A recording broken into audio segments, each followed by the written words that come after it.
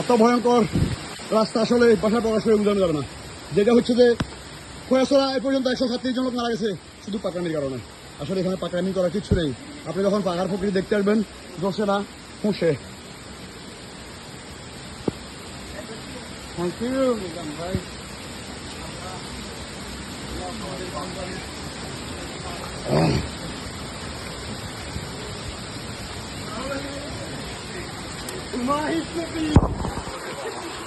আস্তে করে, সাবধান সাবধান। আমি যাই না বলে,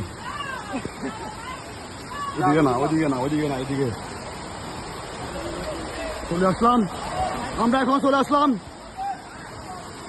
12টা জনের উপরে চলে আসলাম তাড়াতাড়ি। এই যে কয়েক মিনিট। আল্লাহর অপূর সৃষ্টি, যেখানে আসলে বাসায় প্রকাশ করে বোঝানো যাবে না।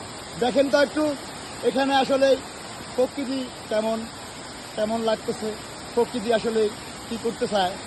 আমরা যেখানে এখন বসে আছি ভাইদেরকে নিয়ে, আমি আসলে ক্যামেরার পিছনে যে কথা বলছি, আমি হচ্ছে ট্যুর গাইড, আমি নিজাম। তো আসলে একটা জিনিস হচ্ছে যে আপনারা একটু জিনিস চিন্তা করে দেখেন, আল্লাহর উপর রূপ কত সুন্দর, যে কি সুন্দর সৃষ্টি। একটু আপনারা আসুন, ঘুরে যান, আল্লাহর সৃষ্টির জগৎটা একটু দেখে যান।